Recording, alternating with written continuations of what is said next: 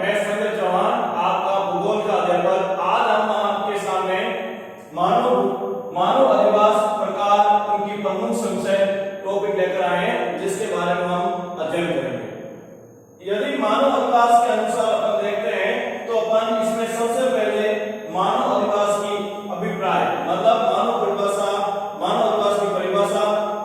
दूसरे में हम देखेंगे प्राकृतिक दशाओं आधारभूत कार्यों के आधार पर अधिवासियों का वर्गीकरण, मतलब प्राकृतिक दशा के आधार पर और उनके किए जाने वाले आर्थ क्रिया के आधार पर जो अधिवास है उनका वर्गीकरण के बारे में हम पढ़ेंगे। अब तीसरा जो अपन है वो ग्रामीण अधिवासों के प्रकार। कौन से प्रकार? ग्रामीण अधिवासों के जो प्रकार है हम वो चारों के चारों का विश्लेषण के साथ उसका अध्ययन करते हैं। अपन सर्वप्रथम लेते हैं मानव अधिवास की परिभाषा। मानव अधिवास की परिभाषा, यदि मानव अधिवास की परिभाषा को देखा जाए तो पृथ्वी के धरातल पर मानव द्वारा निर्मित एवं विकसित अधिवासों के संगठित समूह को मानव अधिवास कहा जाता है। यदि सीधी भाषा में देखा जाए तो धरातल के ऊपर जो मनुष्य ने अपने हाथों के द्वारा जिस प्रकार का भी भवन बनाया, चाहे वो कच्चा हो या पक्का हो, उन सब के समूह को ही हम क्या कहते हैं? मानव अधिवास। अब यदि एक विचारक थे, उनका नाम था पॉल विडाल डी ब्लास। ये वो विचारक थे जिन्होंने समूहवाद की भी परिभाषा दी थी। किसकी परिभाषा दी? समूहवाद की भी परिभाषा दी थी। तो पॉल विडाल डी ब्लास ने मानव अधिवास के लिए एक सिंपल भाषा में अपनी विचारधारा प्रकट की थी कि मानव द्वारा स्वयं के आवास एवं अपनी संपत्ति को सुरक्षित रखने के लिए निर्मित संरचना से है। उन्होंने एक सीधी भाषा में यह कहा था कि मानव अपने स्वयं द्वारा एक ऐसे अधिवास का निर्माण करता है जिसमें वो अपनी संपत्ति को क्या कर सके?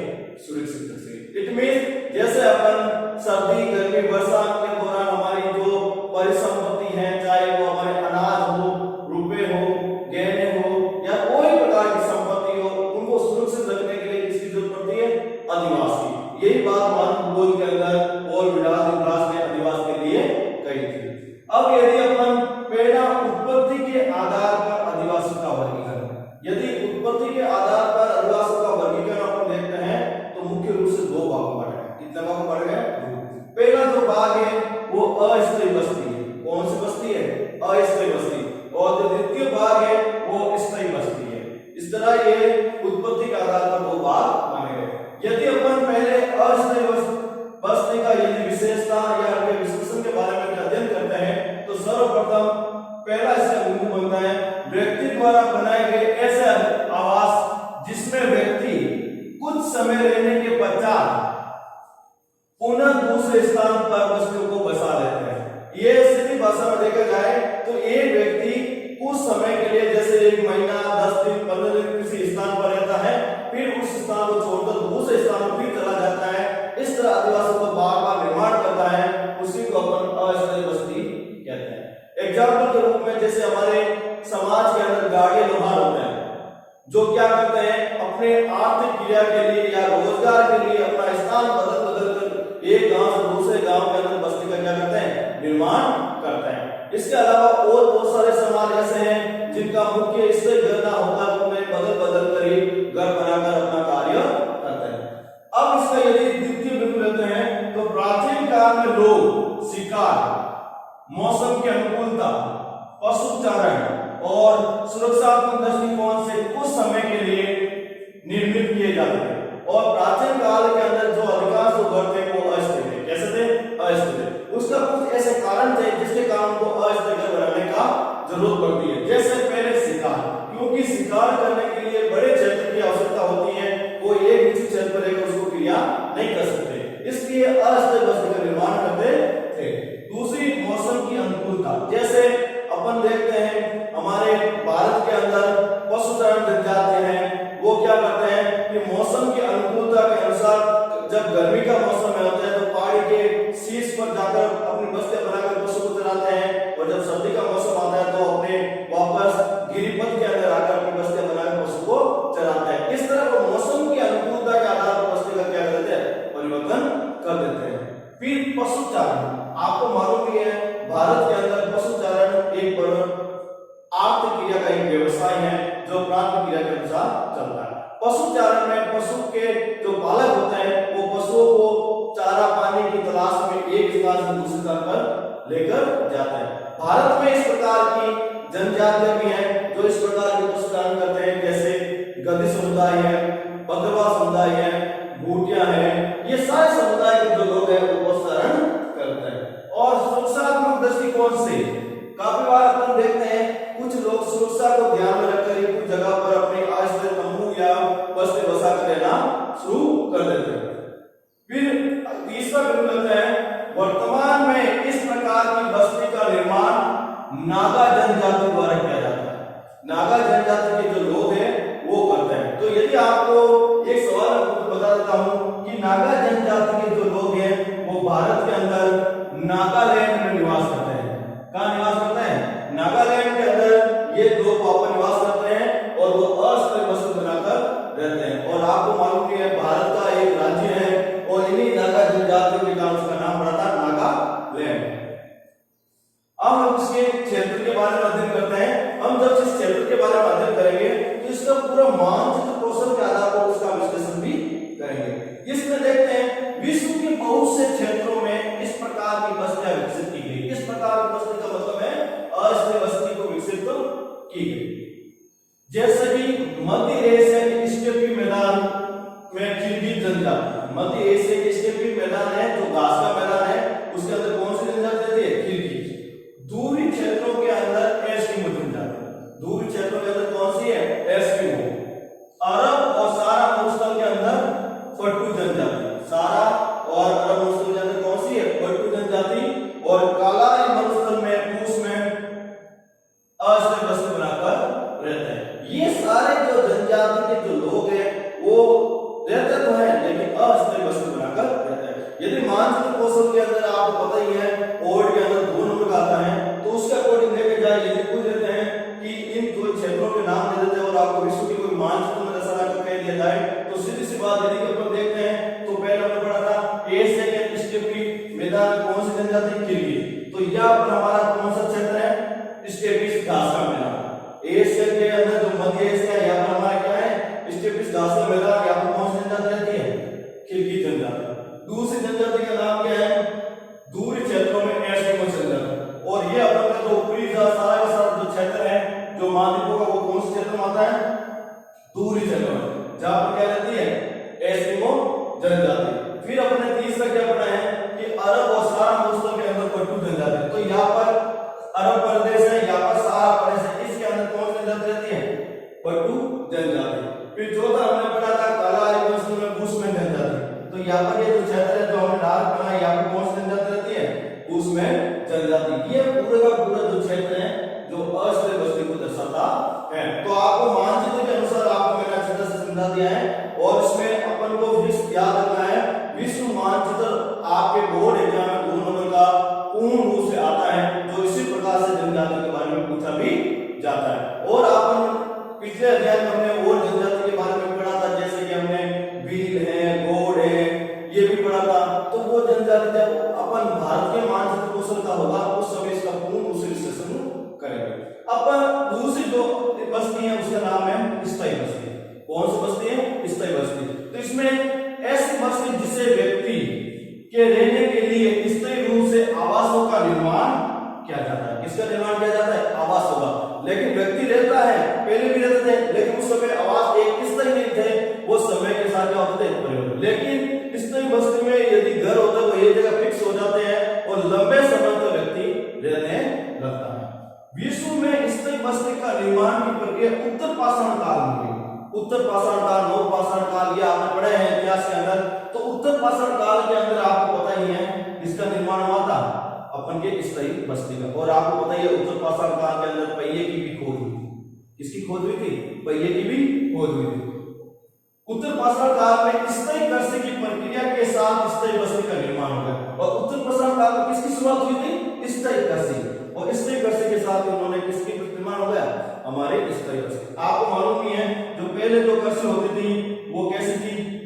जूमिंग कह सकते हो या स्थानांतर कह सकते हो या बिल्पा कह सकते हो हो, या लद्दाख कह सकते हो, दीहां कह सकते हो, चेना कह सकते हो, ये सब एक ही कृषि है। लेकिन उसमें क्या होता था, प्राचीन काल में स्थान बदल बदल कर कृषि करते थे। इसलिए स्थान कृषि में बदला जाता था तो बस्ती भी कैसी थी, अस्थायी। लेकिन उत्तर पाषाण काल आता ही उन्होंने कृषि भी कैसी कर दी, इसलिए अपनी एक निश्चित जगह बना ली और वहां पर ही कृषि करना लगे। तो कृषि स्थायी हुई तो वहां पर बस्ती क्या हो गई, स्थायी हो गई। अब हम अगला जो टॉपिक है वो प्राकृतिक असर और आधारभूत कार्यों के आधार पर विकास का वर्गीकरण, उनके बारे में पढ़ेंगे। मानव बस्ती के अस्तित्व के लिए नियमन बात है। यदि किसी जगह पर आपको यदि बस्ती लगानी है या आपको अधिवास बनाना है, इसके लिए आपको कौन कौन सी बातें ध्यान रखनी है वो देखिए। पहली बात है स्थानीय संचित संसाधन, मतलब उस क्षेत्र के अंदर आपके कौन कौन से संसाधन ऐसे हैं जो आपके जीवन के लिए क्या है, फायदेमंद है या अच्छे हैं, जो आपके अधिवास के निर्माण में सहायता करते हैं। जैसे आपको आसानी से पत्थर मिल रहा है, सीमेंट मिल रहा है, या खाने के लिए भोजन मिल रहा है, या और प्रकार के रोजगार मिल रहे हैं। ये दूसरा क्षेत्र में बस्ती बनाएंगे तो हमको फायदा है, अन्यथा इसके विपरीत बनाएंगे तो हमें नुकसान होता है। फिर दूसरा, बाह्य विश्व में संबंध। यदि आप जिस क्षेत्र में बस्ती बना रहे हो उस क्षेत्र के जो लोगों का जो संबंध है वो पास वाले लोगों के या बाहर वाले लोगों से कैसा संबंध है वो भी रखना ज्ञान बहुत जरूरी है। क्योंकि यदि रिलेशन में कोई प्रकार का मतभेद होता है तो उस क्षेत्र में हमेशा झगड़े झगड़े होने की संभावना रहती है, सुरक्षा नहीं रहती है, शांति नहीं रहती। और यदि जिस वातावरण में अपन की सामाजिक प्रगटता अधिक होती है, प्रेम होता है, लगाव होता है, वहां पर हमेशा सुरक्षा और शांति दोनों देखने को मिलती है, तो उस जगह पर बस्ती लगाएंगे तो ज्यादा फायदा होता है। अब है सुरक्षा। आपको पता ही है सुरक्षा चाहे वो भौतिक रूप से हो, चाहे वो मानवीय रूप से हो, और चाहे किसी भी रूप से हो, वो जीवन जीने के लिए पहला कारण होना चाहिए सुरक्षा। यदि हमारे जीवन सुरक्षित है तो हम सब कुछ सुरक्षित कर सकते हैं। भावी मृत्यु की संभावना, यदि जिस क्षेत्र में आप रह रहे हो और आपको लग रहा है कि वर्तमान में हमारी जरूरतों को पूरा करने के साथ साथ फ्यूचर में हम जब जाएंगे तो हमारे जो वर्तमान स्थिति है उससे बहुत आगे हमें कुछ मिलेगा, तो उस स्थान पर यदि हम बस्ती लगाते हैं तो फ्यूचर में हमारी उन्नति होने की संभावनाएं बनी रहती है। जैसे एग्जाम्पल के रूप में यदि आप कोई प्रकार की पढ़ाई करते हो, जैसे आपने तैयारी की, आपने चलो सेकेंड की या फर्स्ट ग्रेड की, और आपके विचार में यदि फ्यूचर में उन्नति मतलब फर्स्ट ग्रेड बनने की विचारधारा होती है तो वो पढ़ाई आप करोगे तो आपके लिए फायदेमंद होगा। इस प्रकार यदि अपन बस्ती की एक भावी उन्नति देखेंगे तो वो क्या होगी, फायदेमंद। धार्मिक और सांस्कृतिक और आर्थिक कारण, यदि अपन धार्मिक रूप से देखें या सांस्कृतिक रूप से या आर्थिक रूप से यदि देखें कारक यदि बस्ती लगाता है तो भी फायदेमंद है। जैसे धार्मिक और सांस्कृतिक, यदि अपन रामदेवरा का एक छोटा सा उदाहरण लेते हैं, उस क्षेत्र के आसपास यदि हम बस्ती लगाते हैं तो हमें आर्थिक क्रिया प्राप्त करने में क्या होगा, आसानी से, क्योंकि वहां पर हजारों श्रद्धालु आते हैं और वहां पर विभिन्न प्रकार की वस्तुएं ये खरीदते हैं जिससे हमें अच्छा रोजगार प्राप्त हो जाता है। तो इस प्रकार बस्ती लगाएंगे तो हमारी आर्थिक क्रिया पूर्ण हो जाएगी। दूसरा, आर्थिक कारक जैसे एग्जाम्पल के रूप में यदि अपन एक सिटी के अंदर यदि अपना अधिवास बनाते हैं और एक गांव के अनुसार अधिवास बनाते हैं तो उन दोनों की तुलना में सिटी में अपना अधिवास बनाते हैं तो ज्यादा रोजगार मिलने की क्या होती है, संभावनाएं बनी रहती है। क्योंकि कुछ ऐसे महत्वपूर्ण बिंदु हैं जिनको यदि बस्ती लगाते समय ध्यान रखेंगे तो हमें एक अच्छी बस्ती या अधिवास बनाने में हमारी सहायता होगी। अब अपन दूसरा लेते हैं मानव अधिवासों के निर्माण के उद्देश्य। यदि आपने अपना घर बनाया या बस्ती बनाई तो इससे आपके कौन सा उद्देश्य पूरा करना या फिर आपका कौन सा ऐसा उद्देश्य है जिनको पूरा करने के लिए आपने इसको निर्माण किया है, तो आप सबसे पहले अपन जो उद्देश्य है वो है अपनी भौतिक वातावरण की कठोरता को कम करने के लिए। जैसे एग्जाम्पल के रूप में आपको बताता हूँ, हमारे पृथ्वी के ऊपर दो प्रकार की भौतिक कठोरता है, एक अति उष्ण और एक अति शीतल।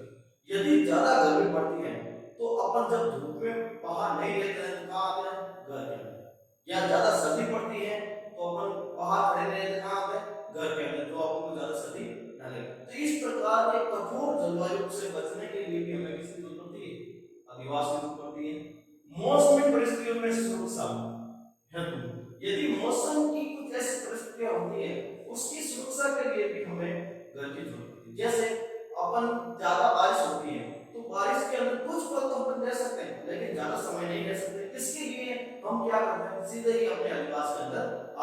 लंबे समय तक हम दे सकते हैं। तो ऐसी कुछ प्रवृत्तियां होती है जिसके कारण ही हम भवन का निर्माण करते हैं।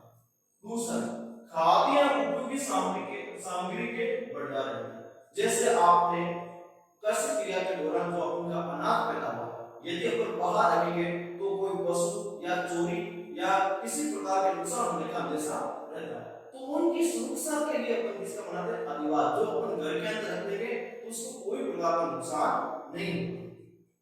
जंगली जानवर और पशु से सुरक्षा, यदि अधिवास होता है तो उस अधिवास के अंदर अपने पालतू जानवर को रख सकते हैं, अपन स्वयं भी रह सकते हैं, जिससे हमें पहाड़ी जो जंगली जानवर हैं या किसी प्रकार के जो जानवर हैं उनसे हमारी क्या मिल जाएगी? सुरक्षा मिल जाएगी। जैसे एग्जाम्पल के रूप में आपने देखा होगा चारा, पशु चारा जो मवेशी होते हैं जो खुले में रहते हैं, तो काफी बार उनको कुत्ते या पालतू जानवर कोई ना कोई उसको मार लेते हैं। यदि कोई जीव अपन यदि बाड़े के अंदर या फिर अपने घर के अंदर रखते हैं तो उसको कोई नुकसान नहीं होता है। सामाजिक, सांस्कृतिक और धार्मिक कार्य और शैक्षणिक कार्य के लिए घर की जरूरत होती है। जैसे पहला हमने सामाजिक सांस्कृतिक, जैसे हमारे रीति रिवाज, हमारी परंपराएं, उनको करने के लिए हमें किसकी जरूरत है?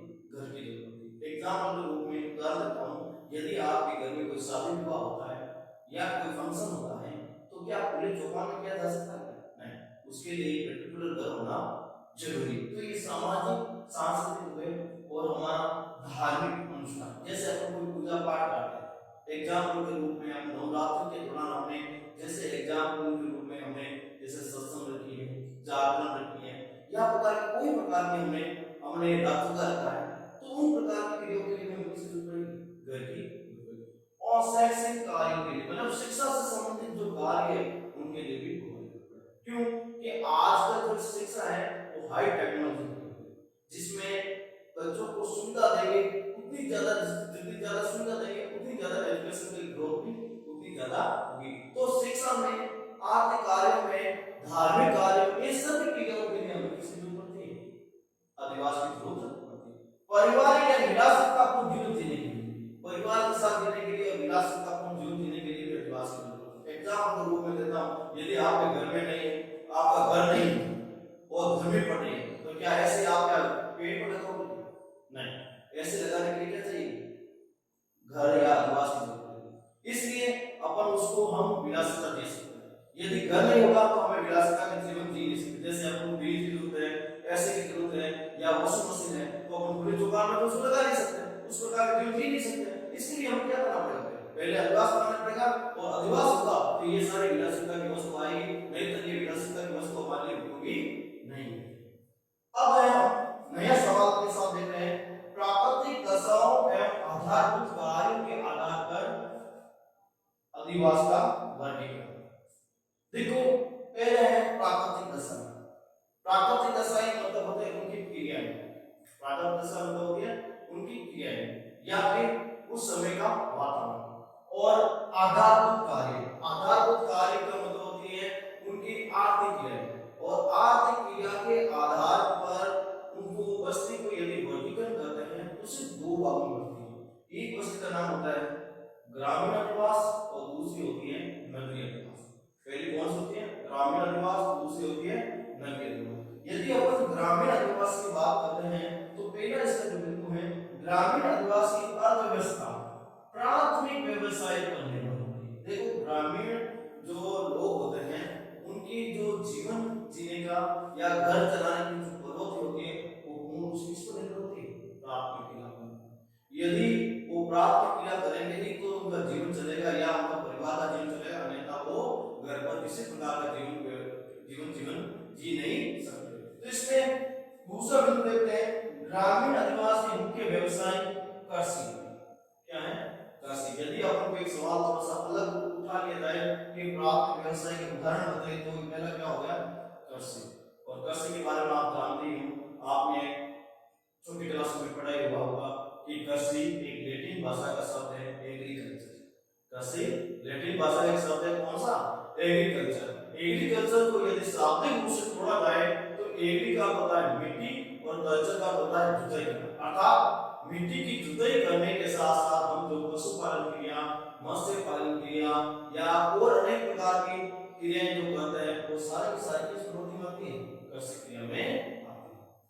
दूसरा है पशुपालन। पशुपालन को यदि परिभाषा के रूप में यदि डाला जाए तो सीधी सी बात है, पशु को चराने संबंधित अर्थव्यवस्था को क्या कहा जाता है? पशुपालन। वापस सुन लेना, पशु को चराने से संबंधित अर्थव्यवस्था को क्या कहा जाता है? पशुपालन। पशुपालन है वो भारत के अंदर जैसे गद्दी है, बकरवाल है, भूटिया है, ये सारे जाति के लोग करते हैं। लकड़ी काटना, जैसे बहुत सारे ऐसे लोग हैं जिनका मुख्य व्यवसाय क्या होता है? लकड़ी काटना। जैसे हमारे देश के अंदर जो विभिन्न जो से लोग हैं, जैसे आप उनको देखते हैं खाती लोग, वो लोग जो क्या करते हैं? लकड़ी काटते हैं। लेकिन विश्व में एक ऐसा देश है जैसे कनाडा, इनका जो प्रमुख जो व्यवसाय है वो क्या है? लकड़ी काटना। क्या है? लकड़ी काटना। और मछली पकड़ना, ये भी प्राथमिक व्यवसाय का ही भाग है। मछली पकड़ना में आपने देखा होगा कि विश्व में सबसे ज्यादा जो मछली पकड़ने या मछली उत्पादन वाला जो देश है वो चीन। विश्व में सबसे ज्यादा मछली उत्पादन करने वाला देश कौन सा है? चीन है। भारत के अंदर देखते हैं तो आंध्र प्रदेश है। भारत के अंदर देखते हैं तो कौन है? आंध्र प्रदेश। फिर है खनन।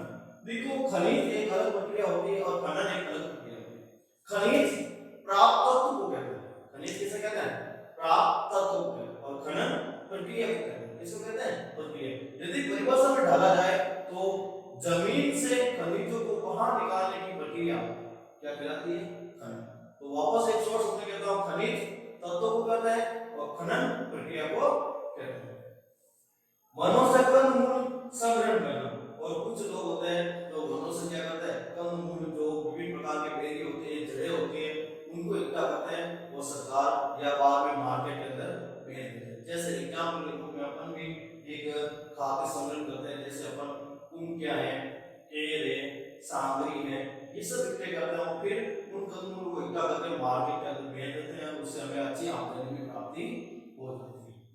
अब अगला यदि बिंदु देखते हैं, ग्रामीण अधिवास मुख्य रूप से भूमि से जुड़े होते हैं। और ग्रामीण अधिवास के जो लोग होते हैं वो मुख्य रूप से क्या होते हैं? भूमि से जुड़े होते हैं। एग्जाम्पल के रूप में इनमें जितने भी चार उदाहरण हमने पढ़े हैं उनका प्रत्यक्ष या अप्रत्यक्ष रूप से संबंध किससे जुड़ा हुआ है? भूमि से। जैसे कृषि उद्योग कहाँ होती है? पशुपालन किया जाता है कहाँ होती है? लकड़ी काटना पेड़ कहाँ होता है? भूमि पर। मछली पकड़ना तालाब कहाँ होता है? भूमि पर। खनन क्रिया होती है तो कहाँ होती है? भूमि पर। कंदमूल संग्रहण है, पेड़ पौधे के ऊपर लगते हैं, वो भी कहाँ होता है? भूमि। मतलब प्रत्यक्ष रूप से हो या अप्रत्यक्ष रूप से ग्रामीण अधिवास किससे जुड़े होते हैं? मुख्य रूप से भूमि से जुड़े होते हैं। अब हम अगला जो बिंदु लेते हैं ग्रामीण अधिवास का। ग्रामीण अधिवास में सामाजिक संगठन सुदृढ़ एवं मानव मूल्यों में प्रगाढ़ता पाई जाती है। यदि ग्रामीण अधिवास की यदि बात करते हैं तो इसमें सामाजिक जो प्रवृत्ति होती है या लगाव होता है वो बहुत ही मजबूत होता है और व्यक्ति को मानवता के रूप में बहुत ही महत्वपूर्ण स्थान दिया जाता है। जबकि यदि ये बात शहरों में जाते हैं तो सामाजिक जो प्रगढ़ता या सामाजिक मूल्य होते हैं वो बहुत ही कमजोर होते हैं। अपनापन की जो प्रेम होता है, लगाव होता है, वो आगे लोगों में क्या पाया जाता है?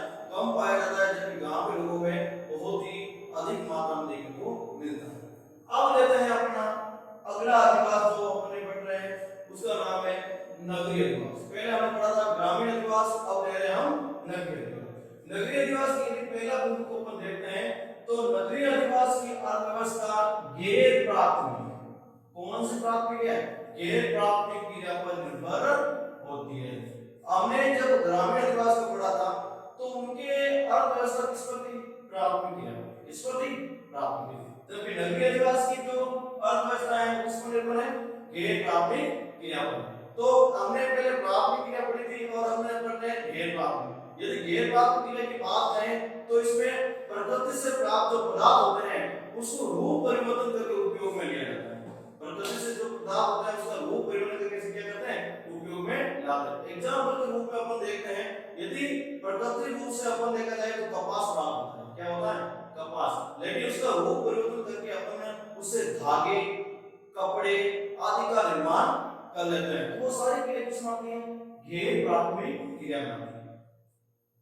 नगरीय अधिवास के मुख्य व्यवसाय निर्माण उद्योग। निर्माण उद्योग के अंदर वे उद्योग आते हैं जिसमें वस्तु का बार बार रूप परिवर्तन करके उसका निर्माण किया जाता है। जैसे कि एग्जाम्पल के रूप में हम लोग उद्योग है जिससे पहले अपन लोग की विभिन्न प्रकार की छड़ें बनाई जाती हैं, उन्हीं छड़ों से विभिन्न प्रकार के उपकरण बना लिए जाते हैं या और प्रकार की कोई वस्तु बना ली जाती है, वो सारे के सारे किस में आते हैं, निर्माण उद्योग के अंदर आते हैं। परिवहन, परिवहन के बारे में आप जानते हो, मुख्य रूप से परिवहन आपको तीन भागों में बांटते हैं, स्थल परिवहन, जल परिवहन और वायु परिवहन। ये तीनों के तीनों परिवहन होते हैं, वो व्यक्ति और वस्तु को एक स्थान से दूसरे स्थान पर लाने ले जाने का कार्य करते हैं। संचार, इस बात से आप विदित हो क्योंकि आधुनिक संस्कृति में या आधुनिक विचारधारा में इसका बड़ा योगदान है। इसके बिना अपन एक पल भी नहीं जी सकते, क्योंकि संचार एक ऐसा प्रक्रिया है जिसमें हम अपने विचार व्यक्त कर सकते हैं, हम बातें कर सकते हैं, तथ्य भेज सकते हैं तथा विभिन्न प्रकार के और क्रिया भी कर सकते हैं। यदि परिभाषा में देखा जाए तो संचार के अंदर व्यक्ति द्वारा अपने विचारों, तथ्यों, प्रेक्षणों को जिस माध्यम से भेजा जाए उसे क्या कहते हैं, संचार। वाणिज्य, वाणिज्य जो प्रवृत्ति है वो एक व्यापारिक प्रवृत्ति है। कैसी प्रवृत्ति है, व्यापारिक, जिसमें आउटपुट और इनपुट प्रक्रिया देखने को मिलती है। मतलब इसमें आयात और निर्यात, क्रय और विक्रय जैसे विभिन्न प्रकार के मूल्यों का अध्ययन किया जाता है। शिक्षा, आपको मालूम है आधुनिक जीवन की सबसे बड़ी या रीढ़ की हड्डी है हमारी शिक्षा।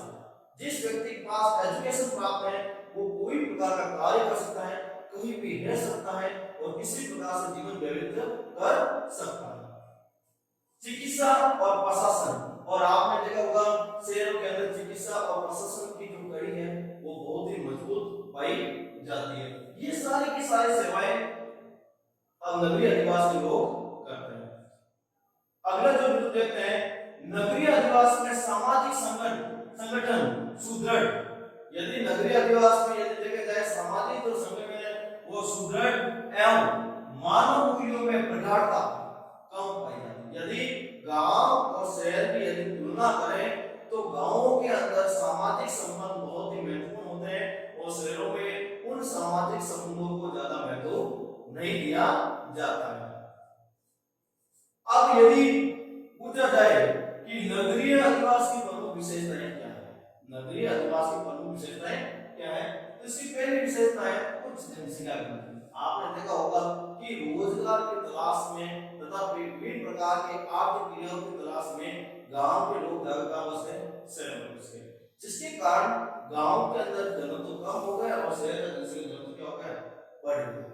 अब यदि पूछ लिया जाए कि जनसंख्या घनत्व क्या है, हमने पिछले अध्याय के जो टॉपिक है उसमें हमने देखा भी था कि प्रति वर्ग किलोमीटर में रहने वाले लोगों की संख्या क्या जाती है, जनसंख्या। अवृत गतिशीलता, देखो गांव के लोग एक संतोष स्वभाव के होते हैं, हमेशा आराम से या फिर संतोष भरे कार्य करते हैं, उनको जल्दबाजी नहीं होती और जल्दी आगे बढ़ने की इच्छा भी नहीं होती। जबकि शहर के अंदर जो लोग होते हैं वो जल्दी से जल्दी आगे बढ़ने की विचारधारा को रखते हैं।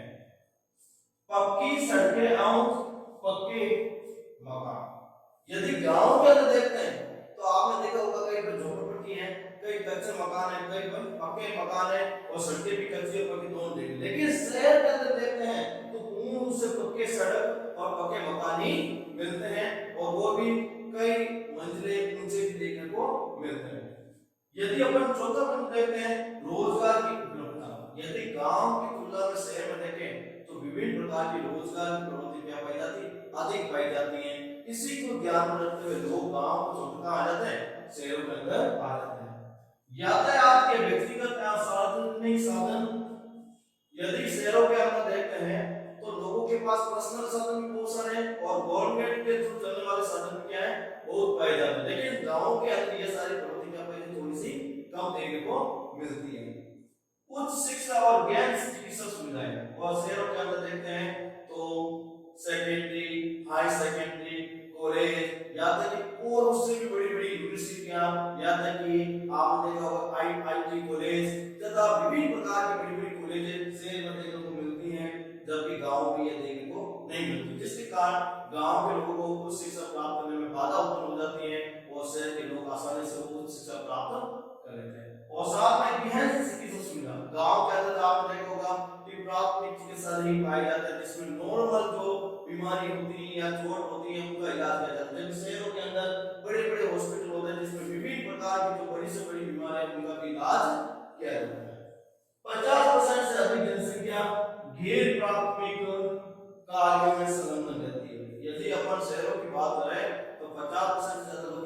क्या है, घेर प्राथमिक। घेर प्राथमिक मतलब होता है अपन प्राथमिक क्रिया के अलावा, प्राथमिक क्रिया के अलावा, प्राथमिक क्रिया के अलावा यदि देखते हैं तो पहली कौन सी, द्वितीय क्रिया, दूसरी तृतीय, चौथी चतुर्थ,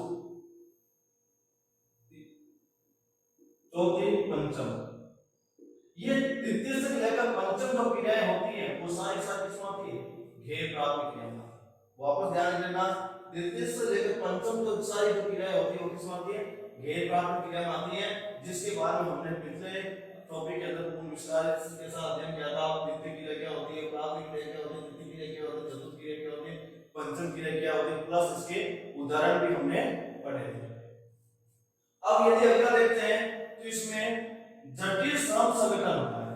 देखो शहरों के अंदर देखते हैं तो मतलब हल्के से हल्का और भारी से भारी तथा विभिन्न प्रकार के जो है वो श्रम के रूप में कार्य कराए जाते हैं।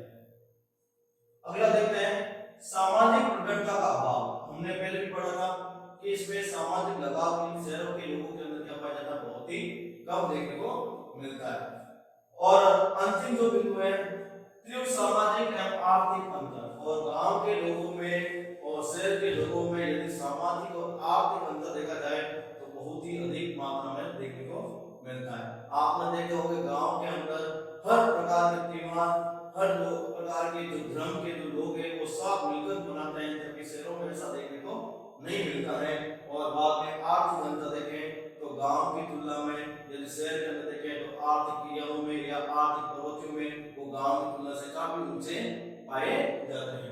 अब अंतिम जो हमारा टॉपिक है वो है ग्रामीण आदिवासी प्रकार। हमने कहा था कि आज हम किन बिंदु का अध्ययन करें, उस बिंदु का अंतिम बिंदु है ग्रामीण आदिवासी प्रकार। यदि ग्रामीण आदिवासी प्रकार मुख्य रूप से कितने भागों में बांटे गए, चार। कितने भागों में बांटे गए, चार। पहला है सघन या गुज्जित आदिवासी। सघन या गुज्जित आदिवासी, इसका मतलब सीधी सी भाषा में बोले तो इनके घरों के मध्य दूरी बहुत ही कम होती है तथा घर पास पास चिपके हुए पाए जाते हैं, जैसे वर्तमान में शहरों में देखने को मिलता है। फिर बाद में परकीन या एकांकी आदिवासी। देखो परकीन या एकांकी आदिवासी में घरों के मध्य दूरी बहुत अधिक मात्रा में पाई जाती है और घर को यदि देखते हैं तो एक एक रूप में देखने को मिलते हैं। जैसे हमारे देश के अंदर ढाणियां होती है ना, तो बहुत बड़े क्षेत्र खेतों के बीच में एक रूप में देखने को मिलती है, उसी प्रकार के आदिवास देखने को मिलते हैं। मिश्रित आदिवास। मिश्रित आदिवास के अंदर गुज्जित और एकांकी दोनों के मिश्रित स्वरूप पाए जाते हैं, जिसमें बीच में कोई खाली स्थान होता है, उसके चारों ओर बस्ती का निर्माण किया जाता है। और अंतिम जो बस्ती होती है पल्ली बस्ती या पल्ली आदिवासी। इसको अन्य नाम से भी जानते हैं, जैसे टाणी है, नगला है, पल्ली है, ये सब इसी के नाम है। ये भी एकांकी बस्ती की तरह ही पाई जाती है।